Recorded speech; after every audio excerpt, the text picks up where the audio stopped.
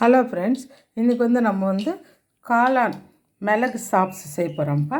அதுக்கு நான் கொஞ்சோண்டு சோம்பு, பட்டை, ஏலக்காய், காஞ்ச மிளகாய் எடுத்துக்கலாம். அப்படியே நம்ம வெங்காயமும் தக்காளியும் வதக்கிக்கலாம். சோம்பு ஒரு காஞ்ச மிளகாவும் போடுறோம்ப்பா. ஒரு ஸ்பூனு இஞ்சி பூண்டு பேஸ்ட்டு போடுறேன். இஞ்சி பூண்டு வதங்கும் போது நம்ம இந்த காளான் போட்டுருக்கலாம். நல்லா வதங்கட்டும். நம்மளுக்கு வதங்கும்போது இதை ஊற்றிடலாம்ப்பா. தேவையான அளவுக்கு உப்பு போட்டலாம். மிளகு காளான் சாப்ஸ் ரெடி ஆகிடுச்சுப்பா. மிளகுத்தூள் தான் அதிகமாக போடுறேன். நான் கொஞ்சமாக கொத்தமல்லி போட்டுறேன். சப்பாத்திக்கு ரொம்பவும் டேஸ்டியாக இருக்கும். எப்பவுமே நான் போடுற அளவு நீங்கள் போட்டிங்கன்னா உங்களுக்கு அந்த காரம் எல்லாமே உங்களுக்கு கரெக்டாக வந்துடும் ஃப்ரெண்ட். இப்படி செஞ்சு சப்பாத்தி செஞ்சு சாப்பிடுங்க. தேங்க்யூ.